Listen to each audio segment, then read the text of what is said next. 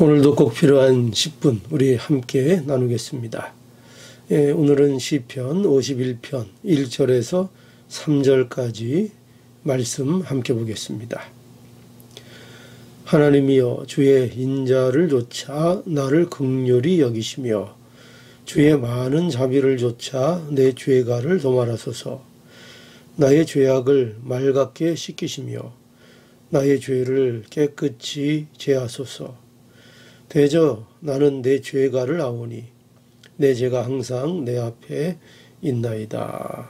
아멘. 우리가 오해하고 있는 것 중에 하나가 뭔가 하면은요, 우리가 환난이 있잖아요. 그런데 이 환난을 외부적인 요소 때문에 겪는다고 생각하는 것입니다. 자꾸 환경 탓을 하고요. 어떤 외부의 적들에 대해서만 생각을 합니다.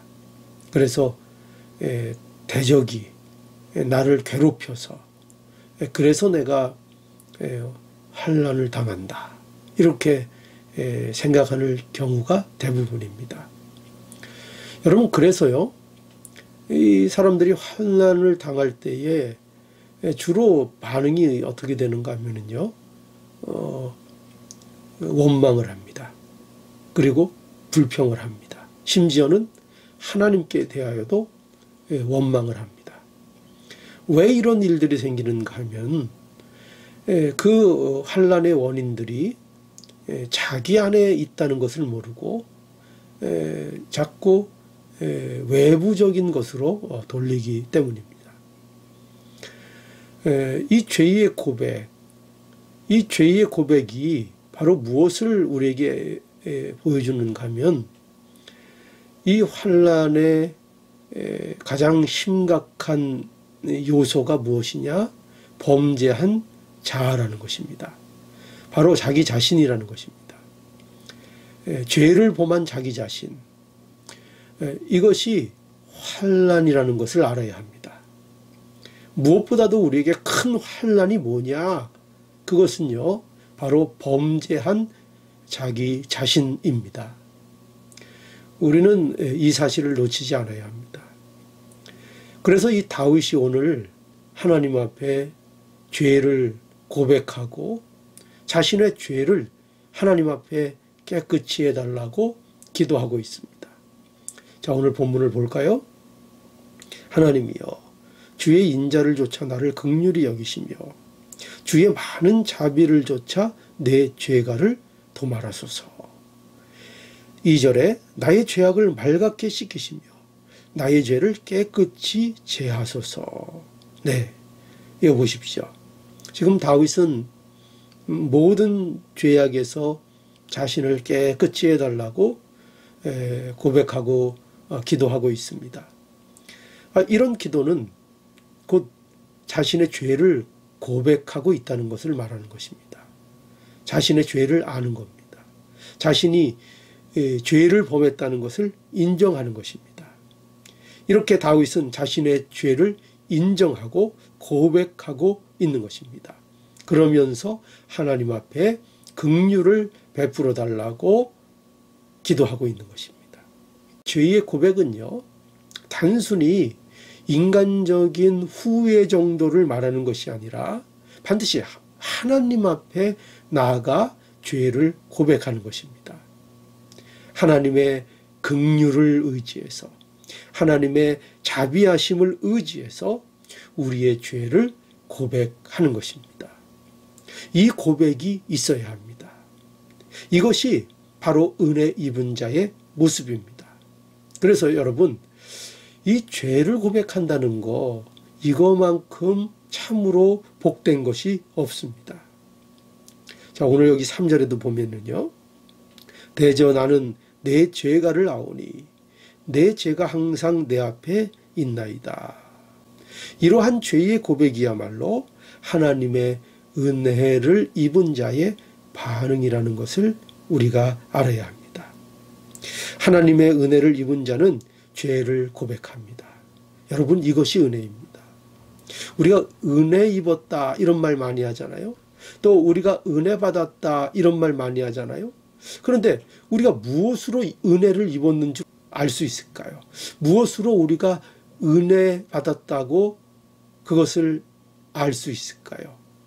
그것은 바로 이겁니다. 죄를 고백하게 되는 것입니다. 자신이 죄인인 것을 알게 되고요. 그 죄를 하나님 앞에 고백하게 되는 것입니다. 이것이 은혜를 입은 증거입니다. 이것이 은혜를 받았다는 것입니다. 여러분, 그러니 우리가 아무리 은혜를 받았다고 해도 자신의 죄를 알지 못하면, 자신의 죄를 고백할 줄 모르면 그것은 은혜를 받은 것이 아닙니다.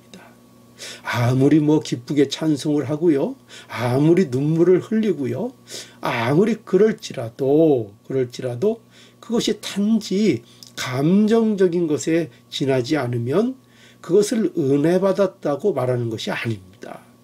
여러분, 그런 것은요, 이 세상에서도 얼마든지 경험할 수 있는 것입니다.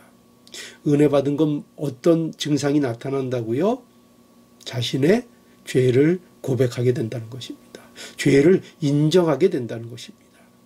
이것이 은혜 받은 자의 모습이요, 은혜 받은 모습인 것입니다. 우리가 죄를 고백한다는 것은 우리가 누구인지를 안다는 증거입니다. 또한 하나님이 누구인지를 안다는 거지요.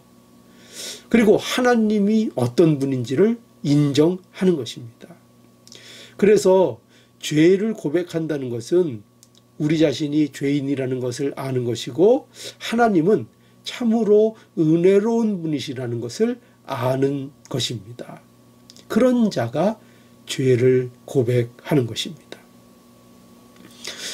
여러분, 누가복음 18장 13절에 가보면 우리가 잘 아는 기도가 나옵니다. 누구의 기도인가 하면요, 세리의 기도입니다. 어떻게 기도했죠?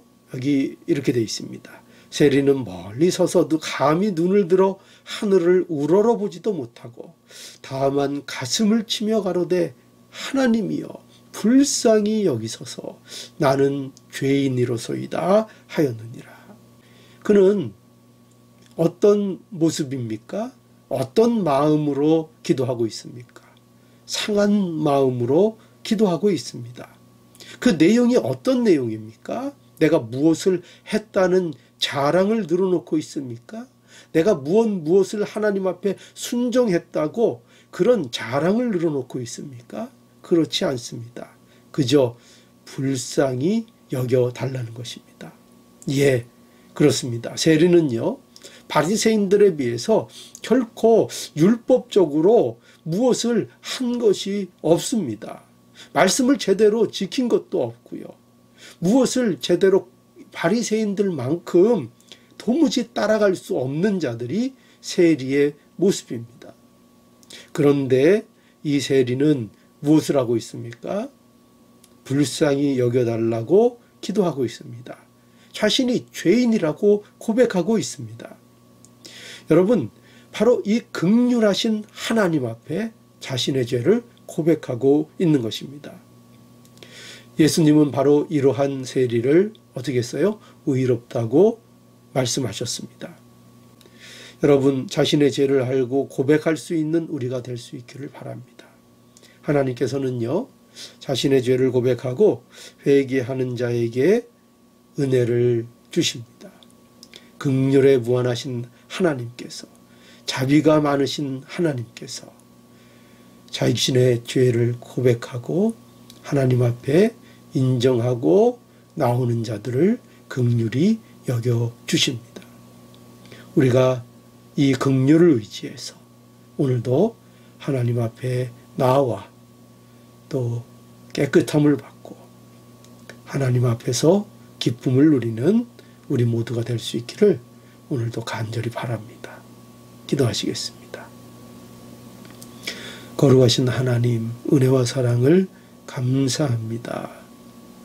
하나님, 우리가 우리의 죄를 날마다 고백할 수 있는 마음이 되기를 간절히 원합니다. 우리가 죄 없는 줄 알고 하나님 앞에 교만한 마음으로 굳은 마음으로 나가지 않게 해주시고 언제나 상한 심령으로 불쌍히 여겨주시옵소서. 아버지 하나님, 제가 죄인입니다 고백하는 자들이 될 수 있기를 간절히 원합니다. 아버지 하나님, 우리가 의지할 수 있는 것은 오직 주님의 긍휼하신 분이라는 것을 오늘도 고백합니다. 주님이 자비하신 하나님이시기에, 주님이 긍휼하신 하나님이시기에 오늘도 하나님 앞에 나아갑니다. 하나님, 우리에게 이 복을 주시려고 예수 그리스도 주셨사오니 오늘도 예수 그리스도로 인하여 담대히 긍휼하신 하나님 앞에 나아가게 하여 주시옵소서. 우리의 죄를 고백하는 자들이 되게 하여 주시옵소서. 예수님의 이름으로 기도하옵나이다. 아멘.